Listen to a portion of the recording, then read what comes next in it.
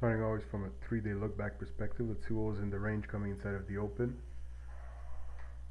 We'll be analyzing the New York session, but right, to trade the New York session, you have to have an understanding of where price comes from.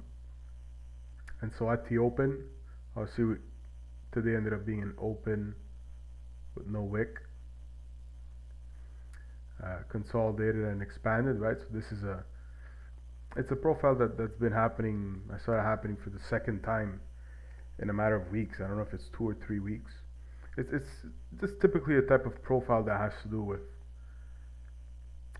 with like FOMC or some kind of late event, 10 a.m. news, right? I don't think there was any news today. Let me just make sure. Oh, news, economic data.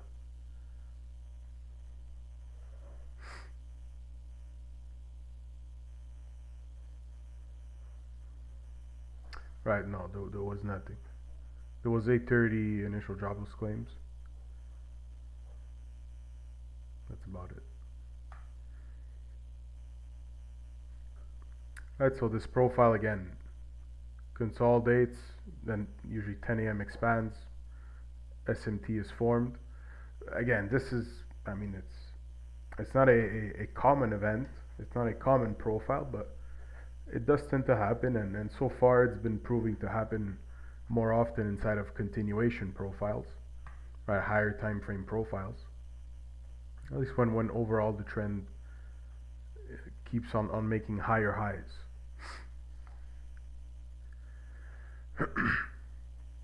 So let's look at the 3-day look back.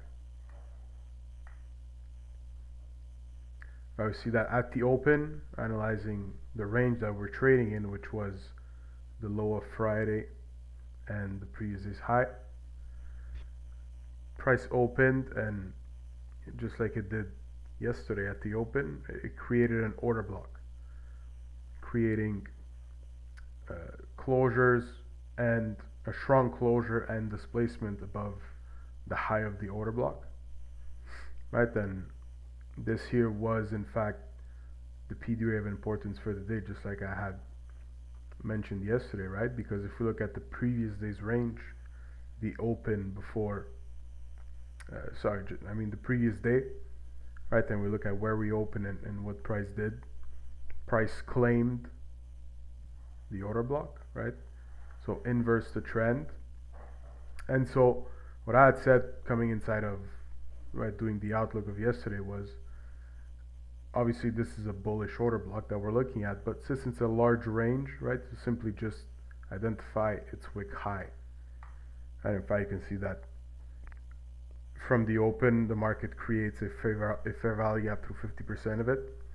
It's eventually revisited inside of London, right at 25% of it. Breaks structure again, fails to close though. Revisits again the order block high and creates a divergence, right? And then that's where New York session opened. So if we go now on the 5-minute chart, we look at, obviously here we have the SMT. Here there was a divergence created.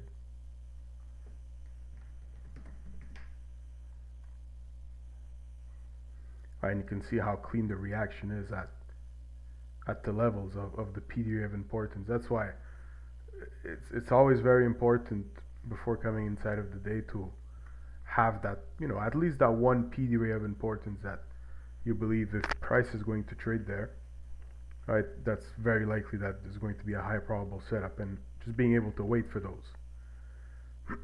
Right, but for all it matters, price could have never retraced inside of this and deliver a continuation profile instead of the opening range, right? That's more of like a breakout scenario.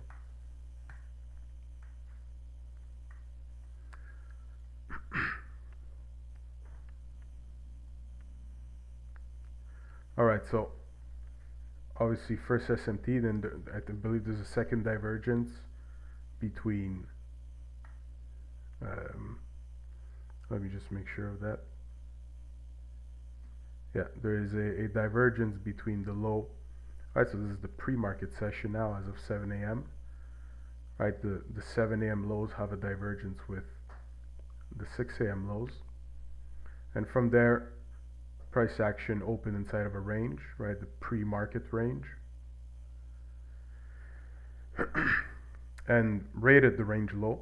Didn't rate the range low, rejected inside of the rejection block, but most importantly here, creating a divergence inside of the opening range, right? And that's then what set the tone for the New York expansion following this divergence. Right, so this is between the 9:30 15-minute candle low and the 9:45 15-minute candle low. Nasdaq trades under it, S&P fails, and from there creates a change in delivery, a change in the state of delivery, sorry. Right at these levels, and then you have the 10 a.m. open, which is at that point primed for an expansion, right? If an expansion scenario is offered, then it's high probability. I have ideally wait for price to come back in the range and test it, which 10 a.m. didn't. That's how it ended up trading, right? Sometimes it's going to be the breakout scenario, but in that case, just wait, because likely, right, there's going to be some fair value gap, and then could be that either towards the end of the 10 a.m. hourly candle, or then going inside of 11 a.m. you get the retracement, and then right you trade out of this market, this lower time frame market maker buy model. But in this case, right, price came back inside of the range.